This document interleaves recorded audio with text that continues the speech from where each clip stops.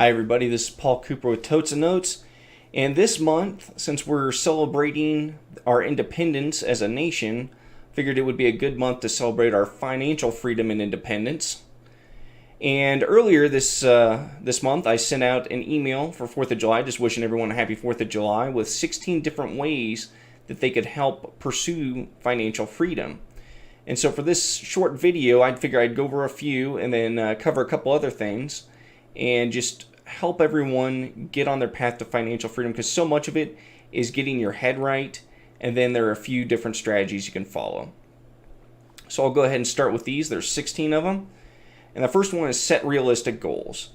You're not going to become rich overnight. You're not going to get rid of a bunch of debt overnight. You need to set realistic goals. You'll make so much extra money by this date. You'll save this much. You will pay off this much. Make sure it's reasonable. You're not going to be able to save every penny you make each month. Come up with realistic goals for yourself, and that'll help keep you motivated for the long run too. The next one is set a realistic budget. It doesn't help you set a budget if it's not covering all the actual expenses that you're going to need to cover. Oh yeah, I only need $100 a month. Really? For food, you only need $100 a month? I doubt you're going to want to live on literally just water, maybe a little bit of rice and beans. That's not, it's just not going to happen. It's not realistic, especially once you start having children in there too. It's just, you need to be very honest with yourself. And that's another thing that's going to be covered in this video, and then in the email that it's attached to, is brutal honesty. You're not helping yourself and your family or anyone else if you're not honest. The next strategy is to create an investor policy. And this is good because you don't want to just be chasing the investment of the day. Oh, today I'm going to do Bitcoin. Oh, I'm going to do gold. I'm going to do house flipping, things like that. You need to come up with a policy. What are you looking for? What type of risk are you willing to take? How safe do you want it to be? What type of returns are you looking for? Come up with those general guidelines and let that help guide you to certain asset classes. And then especially if you already understand them, then that'll probably help significantly, because you don't want to just, I want anything that'll make me at least 20%. Anything that'll make you 20%. I mean, 20% is a good return, but you can get, that's not a very good return if you're going to go gambling, and you're more than likely going to lose it. So you want to come up with something, and if you write it out, great. You don't necessarily have to write it out, but writing out a lot of these goals to begin with will help keep you on track. Next step is to pay off bad debt. And there's the whole deal, where it's kind of an opinion. Do you think all debt's bad? Like if you're Dave Ramsey or those other people, some of it, all debt's bad, or no, some debt's okay if it's like for your mortgage, or if it helps you make money, it's okay, or good, if you spent it on education that'll help you make money, it's okay. I'm just going to say, just pay off your debt. And what I'm going to say by bad debt is I'm going to say your high interest stuff that we can all agree is garbage. Your credit cards, really expensive car loans, things like that. The stuff that's going to hurt you the most that you don't need, pay that off quickly, pay it off as soon as you can, and then work your way down. The next one is get your free money. And what this will usually mean for most people is if you work for a company that has a 401k or a pension or some type of matching, get as much of the free matching as you can. So I currently work for the government, so I get a TSP. So I have to pay in 5% a year, but then they match 5%. And so that's 100% return on my money right there. That's almost unheard of, to get 100% and then to get it guaranteed. Because at this point I could just invest it all in government bonds, and I'm still seeing a huge return just because of that initial 100% match.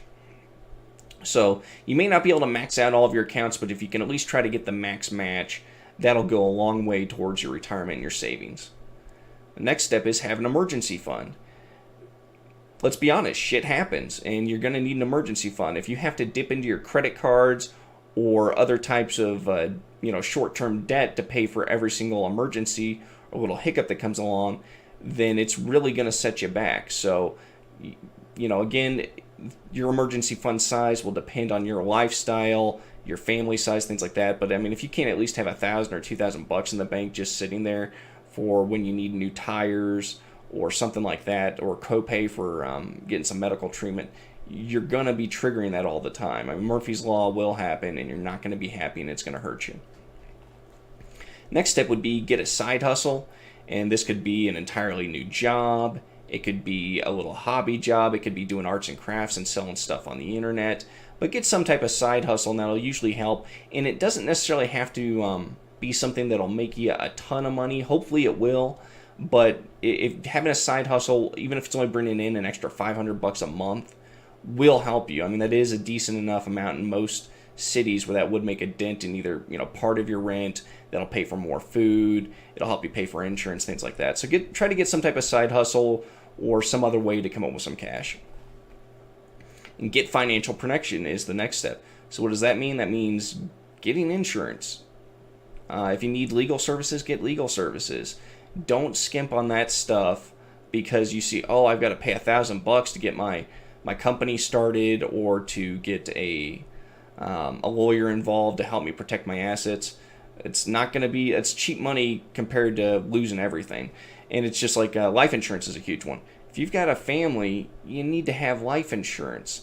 I hate paying for insurance, but at the end of the day, if something happened to me or something happened to my wife, that life insurance money would go a long way to helping out our family if something happened. So, and it's cheap too. Like, you can get term life insurance, assuming you're not, if you're younger, it's real cheap. So you need to have it, and it's not as expensive as not having it. All right, so that's the first half.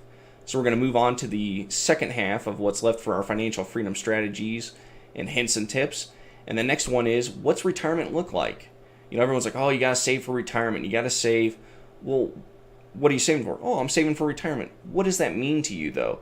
Does that mean living in some small nursing home or some small apartment in the middle of nowhere, living off of Campbell's soup? Or is it something a little bit more ambitious? Do you want to have a nice home? Do you want to have multiple homes? Do you want to do a bunch of traveling? Do you want to be spending a bunch of time with your kids and your grandkids and maybe even great-grandkids? You've got to figure that out, and no one answers that for you. And we'll cover this a little bit further, but that's also finding your why. I can't find that for you. I can't tell you what it is. You have to come up with that on your own. But you need to figure out what retirement looks like for you. Figure out what you're saving for. The next step is to save on taxes. Some people are like, I don't mind paying taxes. I like having, the government take care of stuff. Well, let's not forget, this is America. Being a patriot means not paying your taxes. No, that's a little tongue-in-cheek. But our country was founded on no taxation without representation. We don't like paying taxes. Traditionally, our taxes have been fairly low. And so if you can lower them even more to save money on taxes, then I suggest you do. Now, if you want to go ahead and write Uncle Sam a check, that is absolutely fine. Everyone's like, Bill Gates, Warren Buffett are like, I pay, a smaller percentage of my money than my secretary. So that means everyone else needs to pay. Why don't you just give the extra to the government? Because government's not going to say no if you want them to have extra money. So how do you save money on taxes?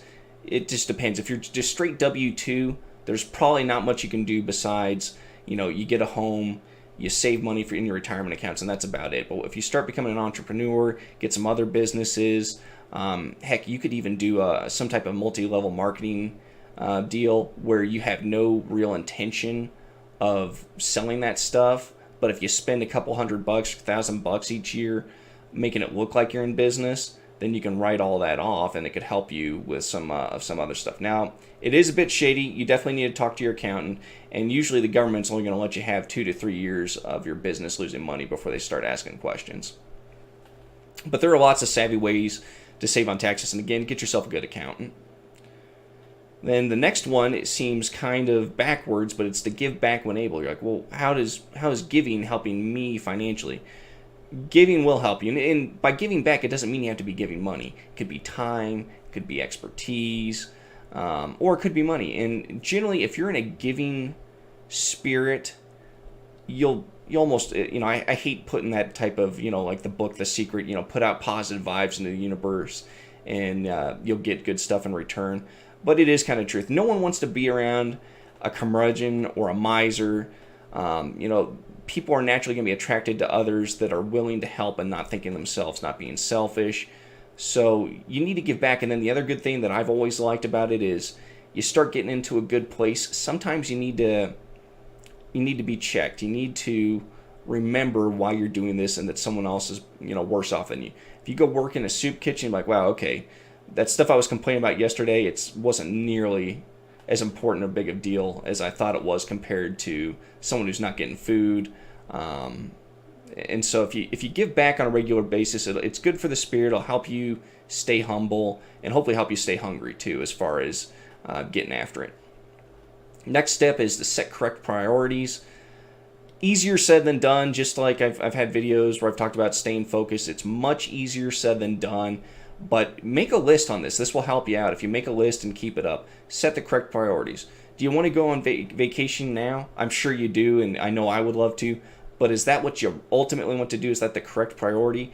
Do you want to go on vacation now, or do you want to sacrifice for a few years and basically be on vacation for the rest of your life? There's another saying that, do you want to eat steak tonight, or would you rather eat hamburger tonight so you can eat steak the rest of your life? And that's what it is. So you've got to figure out what the priorities are for you, so then you can figure out the right balance of short-term sacrifice for long-term gain. The next step is exercise self-discipline. Again, easier said than done, depending on what it is. And it's not just with finances. It can be with your diet. It can be with your time.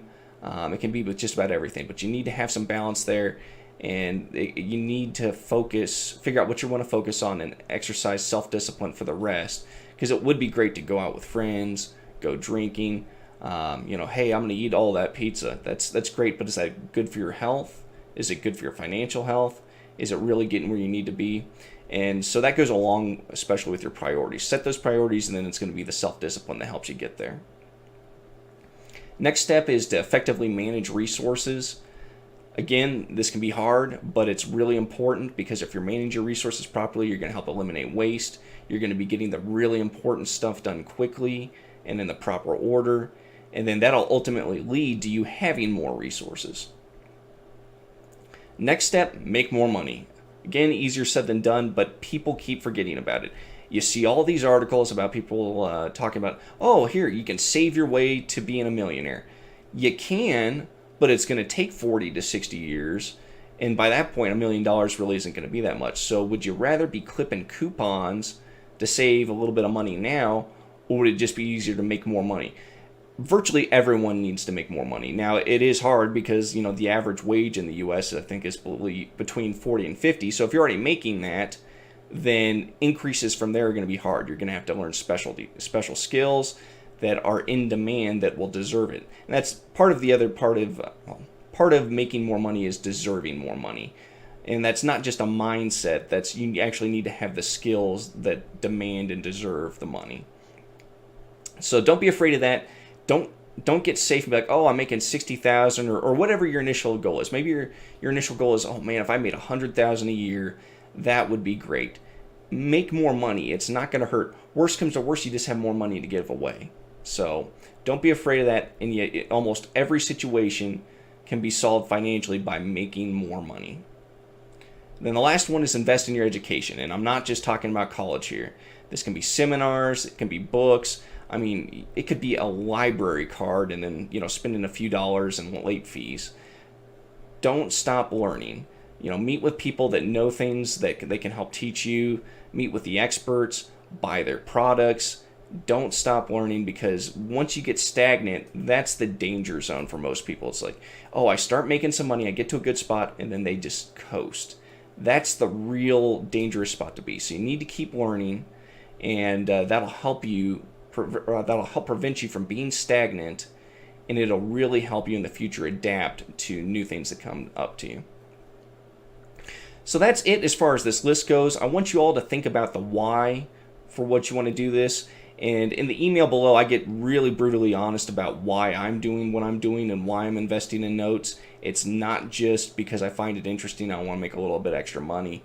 And if you can find a good reason for yourself for whatever you want to do, that'll generally help. Well, I'd like to thank you all for your time. If you have any questions or comments, please reach out to me. And I look forward to hearing from all of you. Take care.